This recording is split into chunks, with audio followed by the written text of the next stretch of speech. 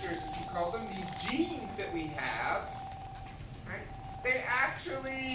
They're not all connected. So they're not all chunked together and just move as one. They can switch places, essentially. Right? They can be shuffled. We now know what happens here. This is crossover during prophase 1 of meiosis. And during crossover, we've got the chromosome from mommy and the chromosome from daddy. Right? Those are going to get together, hug tightly, and switch genes. Right? Then they separate, and then now they're no longer the same gene, the same DNA strand, the same chromosome. Right? Now they're different. Wow. So now they're going to go on, and that's how we get all this mishmash of differences here.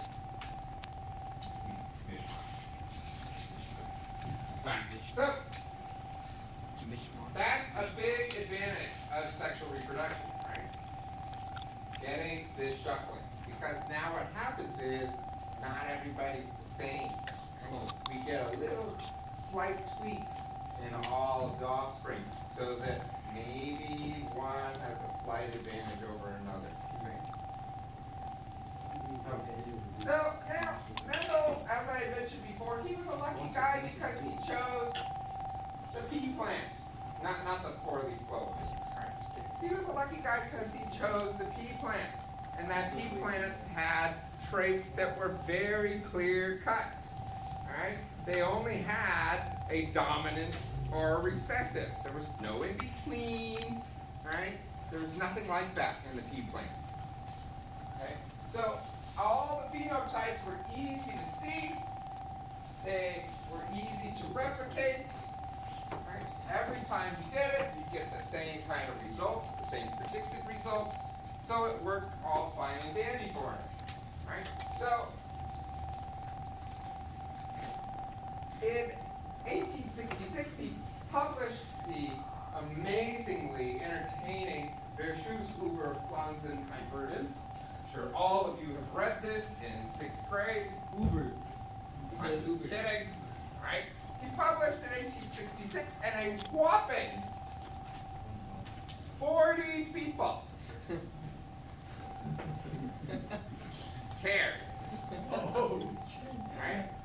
Now, these 40 people actually were scientists today, and they came to see him, and they watched him lecture about it, and they were all excited about it, and they went back to their universities, all excited to try it out because they had never thought about using mathematics to prove the biology that they see, and they went back to their labs, and They failed. Mendel started getting all these letters from them, going, essentially the letters said this. Wow. It works on the pea plant, No fail. but I can't get it to work on this plant. I can't get it to work on this plant. I can't get it to work on this plant. So all of a sudden, he had a problem, right? It was working fine if these people used peas. But when they tried using other plants, they were running into problems. The traits that they would see, they would not get the same results, the predicted results that Mendel had said would happen. So Mendel, being a scientific guy, immediately went out into his garden and selected a plant, and he started to work on it, just to get it to do. Because he's like, of course it works. They must be doing something wrong. And he worked on that until he died. Then what happened when he died? And he could never get it to work. Right? I didn't die. What? How did he die? I don't know, sore knees from praying too much. I don't know. You can die I from don't sore know. You can knees. look that. That's probably a wiki thing that somebody changes all the time. Alright. So, anyways, when he died, he died thinking that his work was kind of flawed, right? Because it wasn't right. But what ended up happening, and we know today, is the plant that he picked was only reproduced asexually. So no matter how many times he tried to control the pollen transfer, the plant didn't care. Because it was only using its own. Yes, it produced beautiful flowers, but the pollen on there was not used that way. It reproduced a different way. Now, meiosis does occur, but it's only using the same genes that are in that plant. So when he tried to bring in genes from another plant, the results didn't happen. So he could not get it to work. He had no idea that the plant was reproducing asexually. So he struggled with that for years. Poor guy. Alright. So, then everybody ignored him. Because that's what we do to great scientists. Right? We completely ignore him, he died.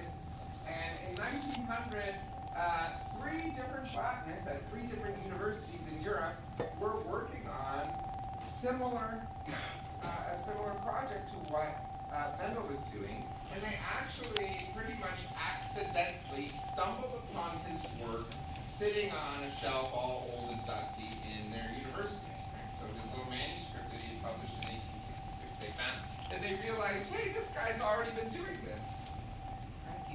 And then after they looked at what he'd been doing, they realized this guy is right. This guy knew what he was doing. Now, Mendel had problems though, right? Because when you look out in the world, it's not just we've got asexual reproducing plants, but we got plants that do other things that pea plants don't do. Like, snapdragons, for example. It's a flowering plant.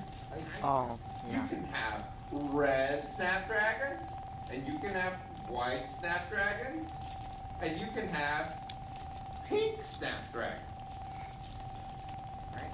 If I take a red snapdragon and I mate it with a white snapdragon, I get pink snapdragons. Now this is the kind of thing that everybody thought was happening when mating occurred. A blending. So this would be an argument that people had with Mendel. Yeah, you. Right. This would be an argument that people have with Mendel, which was, it doesn't always work the way you're saying. All right, because the way with Mendel's peas, it would be red or white. You don't get this blending. Okay. Mendel couldn't explain how that happened. What? Well, red. Oh, you mean purple snapdragon? Do you think it's a purple color? It is kind of a brownish, purplish color, I guess. Yeah. We could argue about that for centuries, but who cares? There's also other patterns that show up in nature, like stripes, spots, all right? And these happen on plants, they happen in animals, and Mendel couldn't explain that. Okay.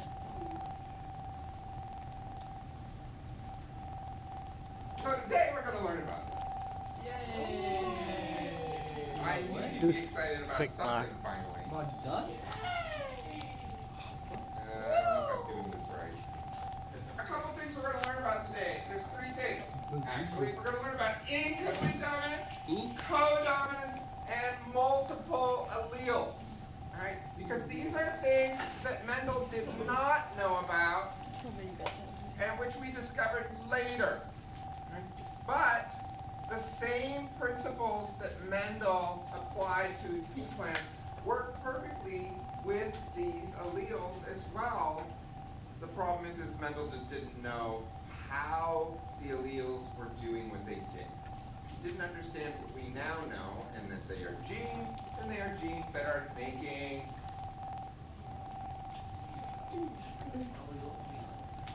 what do genes make? Protein. Protein! Alright? So he had no idea that they were making proteins. Alright? And the proteins are essentially proteins for the color when we see colors, if we're talking about colors. Right? In the case of his pea plants, the peas were producing a yellow or a green, right? And if I do yellow and green, I get green. What? You crazy? Yeah, that's how it worked out. Alright, now wait. So if I have my snapdragons here, I have a red snapdragon and I have a white snapdragon. Guys, you're ruining her video. Alright. When I make these guys together, I get a pink snapdragon. Now, in incomplete dominance,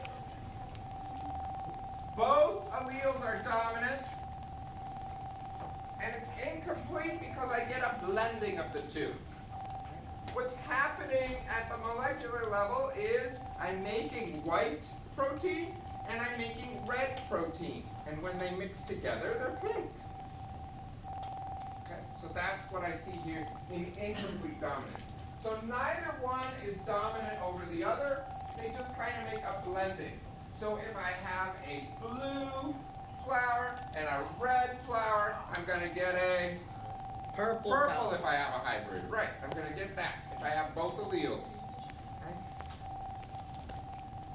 So that's how that works with incomplete dominance. Yes? So if you have two recessive, Oh, yeah, we can get into even more of that. We're going to do that in a minute, yeah. You're going to do that for homework. Okay, so, now this lecture has your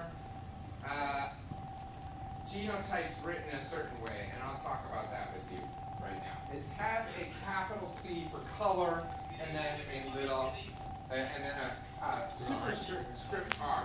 But Melcic does it the easy way. You don't need to put the color. I know you're talking about color, right? Just use R for red, white, W for white. Now, because these are dominant, they're co-dominant, right? They're incompletely dominant. They're dominant. We always use capital. Okay? And what happens is if I take the red and the white and I make them together, I have both alleles. So both of the proteins are being produced. And so I get pink. If I cross these guys, right, Mendel couldn't explain why this would happen. Remember, when he did his cross, he would get 75% red and a quarter white. But what ends up happening in this cross is you get 25% red, 50% pink, and 25% white. Mendel didn't know why things like that would happen.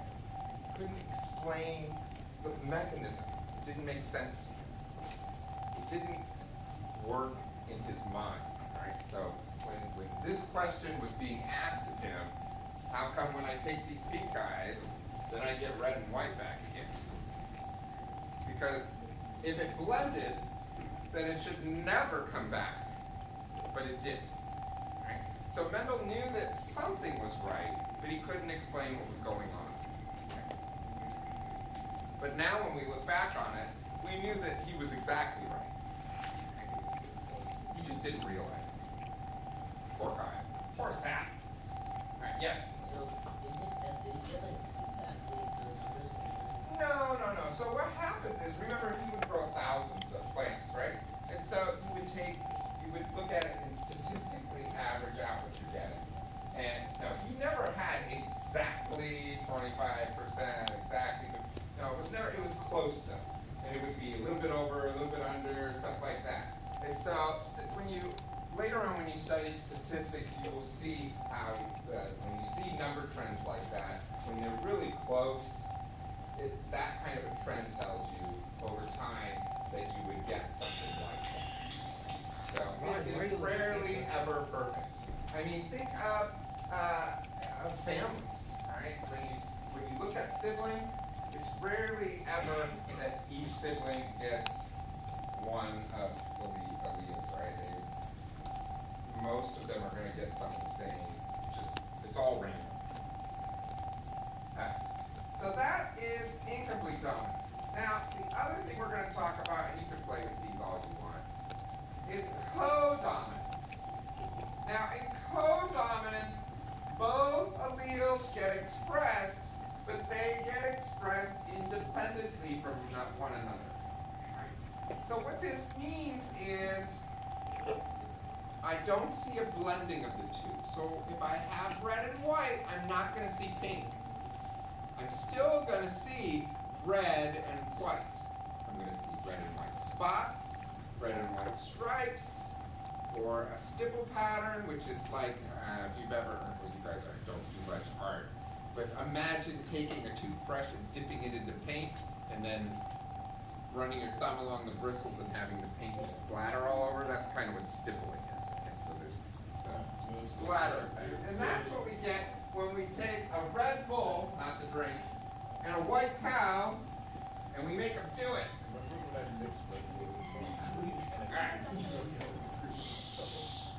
Alright. We don't get pink cows. Alright? We get roan cows. Dang it. I know. Now, a roan cow has red on the legs and on the back, right? But around the mammary gland and radiating away from it is white. And then you get red coming out. Now, what happens in some cases of codominance is that the gene, the allele itself, gets turned on and off based on hormonal release. In this case, it's the hormones produced by the mammary glands. So the closer you are to the mammary glands, the less red is going to be turned on in those genes, and so it just stays white. And then the further away you are, the less white you're going to see. And so red gets to be turned on. It isn't turned off. So that's what's happening there. All right. Now, human blood groups are also products of codominance, and we'll talk about them in just a moment because they're also slightly more complicated. So in codominance, you are going to see both things that you're looking at. You're going to see red and white, or you're going to see green and yellow in the offspring, right? You're not going to see one or the other. You're not going to see a mixture of it. You're going to see both. So you're going to see spots, stripes, something like that. Yes? So when different breeds of dogs mate, is that codominant? I might say that again? When different types of dogs or breeds of dogs mate, is that codominant? Oh, it's really complicated because that's a lot of genes. So when we talk about codominance, incomplete dominance, or simple dominant recessive, we're talking about a single gene, right? So when we talk about an organism, right, there are multiple genes with multiple variations. So even in you have genes that are simple, dominant, recessive.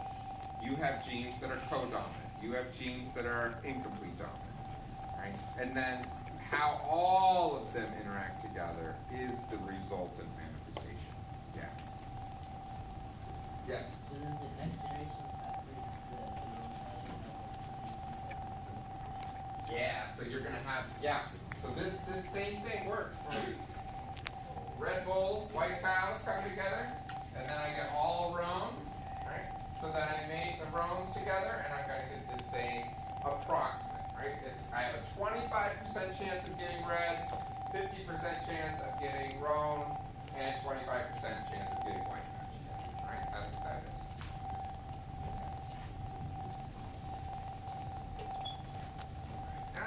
You can play with all that.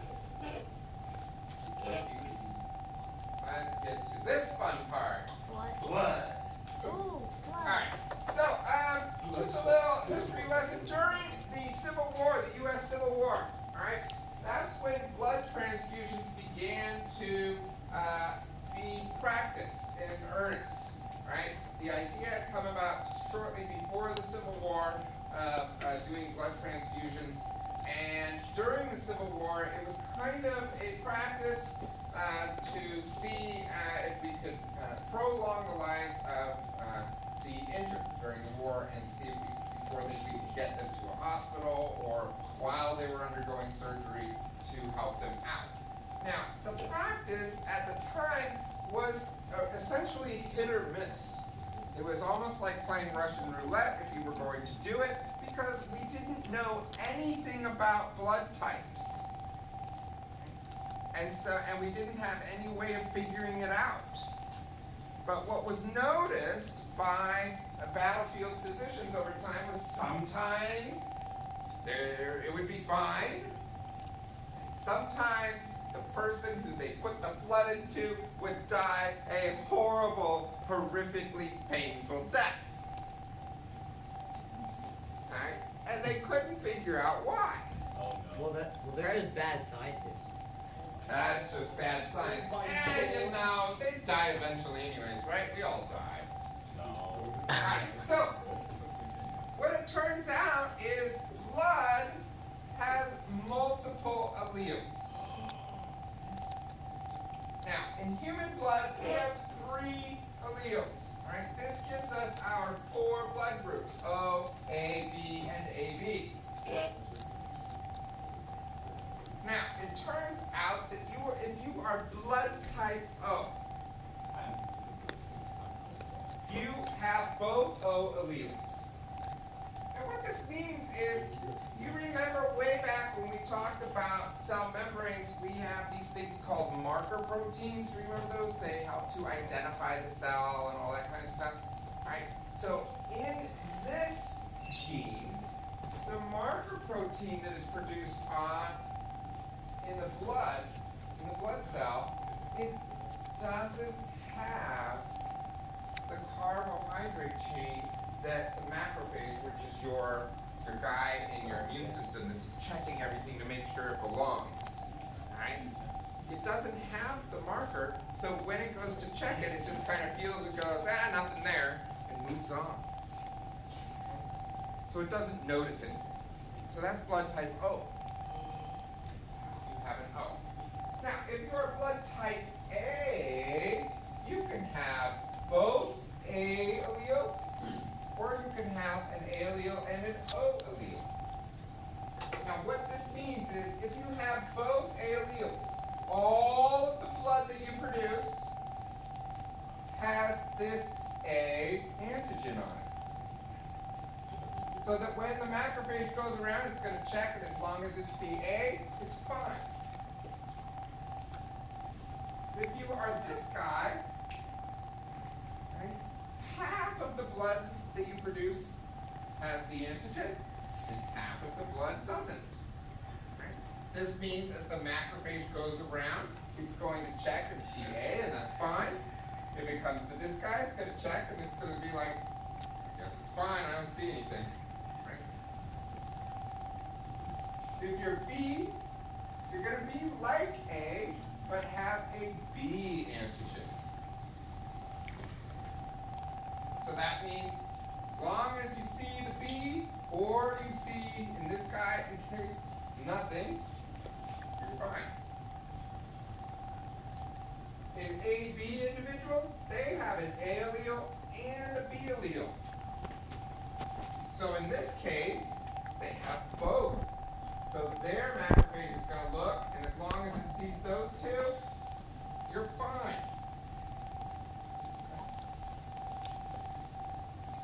Now what happens is, if I take A blood and I put it into individual B, what's going to happen is, I'm looking for this, and I see this. So if I'm a macrophage, I'm going to say, we're being invaded! And mount an immune response against all of these guys. Now, you have to think about this. This is blood. It goes everywhere. So you